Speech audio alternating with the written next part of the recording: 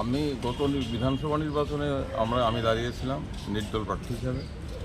৭ রামনগর কেন্দ্রে আমাকে সিপিআইএম, বামফ্রন্ট এবং কংগ্রেস সমর্থন করছে। এবার নির্বাচনে আমি প্রার্থী হইনি, তাই আমাকে সমর্থন করার কোনো প্রশ্ন নেই।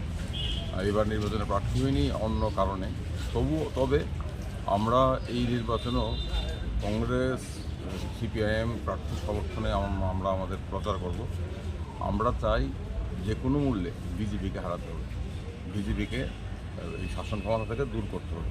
এই নির্বাচন, লোকসভা নির্বাচন ভারতবর্ষের সামনে একটা অগ্নি পরীক্ষা। এই নির্বাচনে যদি বিজেপিকে পরাস্ত করা না যায় তবে দেশের সমূহ সর্বনাশ। এবং এই নির্বাচনে আমরা আশাবাদী বিজেপি অবশ্যই পরাস্ত হবে। এই নির্বাচনে আমাদেরও ভূমিকা থাকবে মানবাধিকার কর্মী হিসেবে।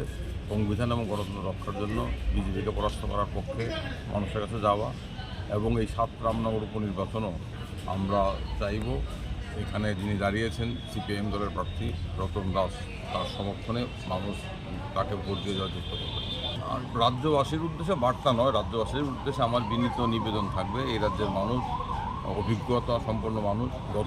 গত বিধানসভা নির্বাচনে এই রাজ্যের মানুষ পরিবর্তন চেয়েছিলেন, কিন্তু কিছু শক্তি বিশ্বাসঘাতকতা করায় জনগণের রায়ের সাথে পরিবর্তন হয়নি। বিজেপি কম শতাংশ ভোট পেয়েও ক্ষমতা এসেছে, মানুষ দেখছেন।